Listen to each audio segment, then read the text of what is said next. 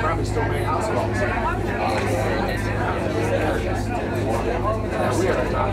Right, well, they asked me to kind of talk a little bit and kind of tell you where you are. I know many of you have been on the river. How many of you haven't been on this river before and spent time? Excellent. Okay, there is initiation, by the way, so I'm glad you can pass. We carry a plank up top. We'll have some fun with that later. But anyway, just to get you oriented as to where you are, you know, from here, it's that way to the ocean, 30 miles. So we're headed upstream.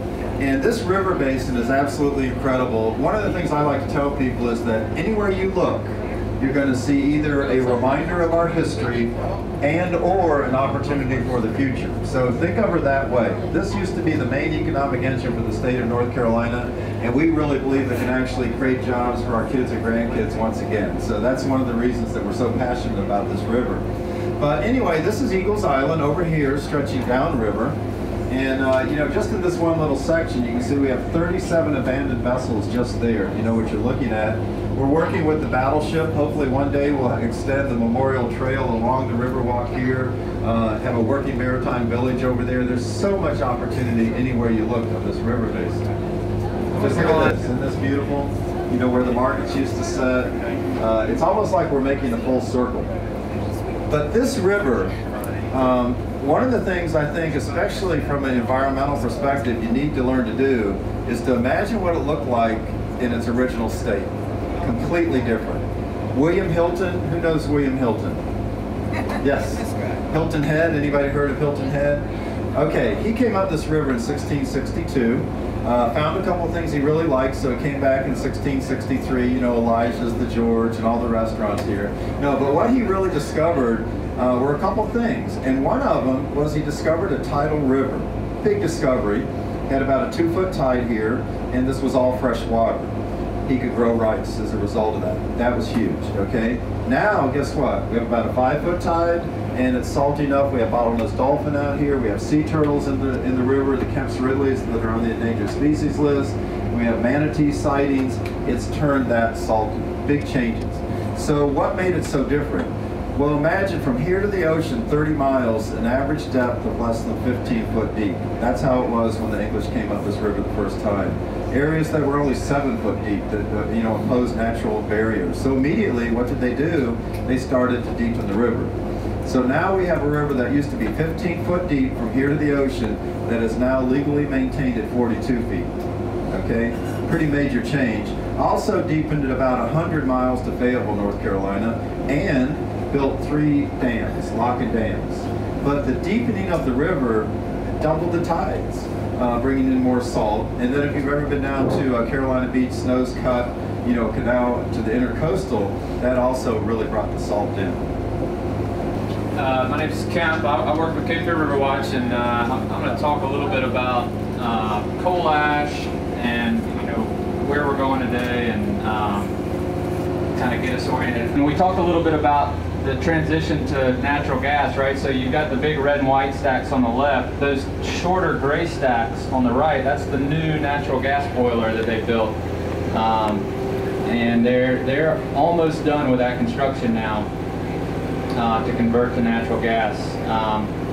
Now we could have a whole nother cruise that talked about natural gas and where that's coming from and things like that. Yep. So no easy answers here, but what we do know is that just because they're switching from coal to natural gas doesn't mean that the 50 plus years of coal ash that are sitting in those ponds is going to go anywhere, right? That coal ash will continue to contaminate the groundwater, will continue to contaminate Sutton Lake until it's cleaned up. I'll just quickly point out a couple of things here.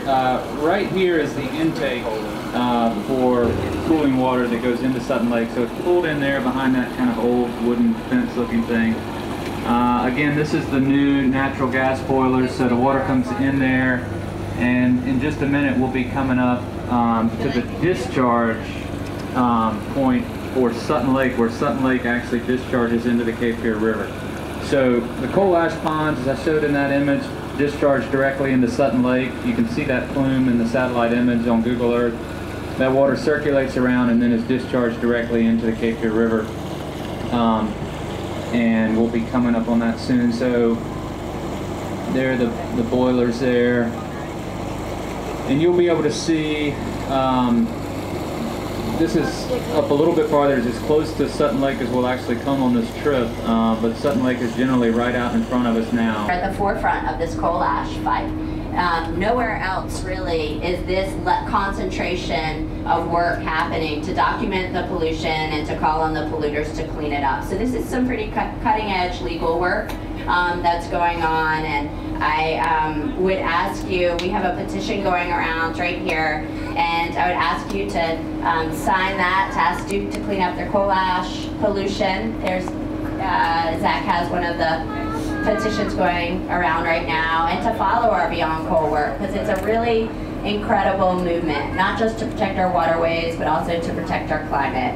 We've had incredible success and are seeing the transition from coal to clean energy all over the country, and it's because of big grassroots campaigns in our states and in our local communities, and because of our advocacy for strong EPA rules as well. So what we like to call this the bottom-up, top-down squeeze on the coal industry, because we know that's the best way to protect our communities and to protect our water, protect our air, and protect our climate. We are the last generation of people that can act to stop climate change. By the time Iris is a grown woman, it will be too late if we haven't taken action already. So I think that's one of the big motivating factors for me, and I appreciate all y'all's support. Thank you.